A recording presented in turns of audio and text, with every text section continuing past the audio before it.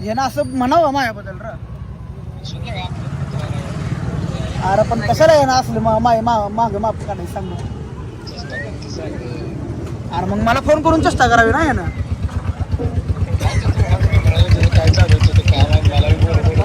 बरं तू सांग आता मी काय करायचं. हा तू सांग मी काय करू सांग.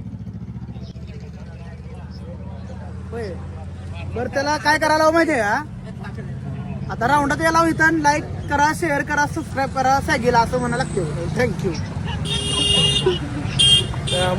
हा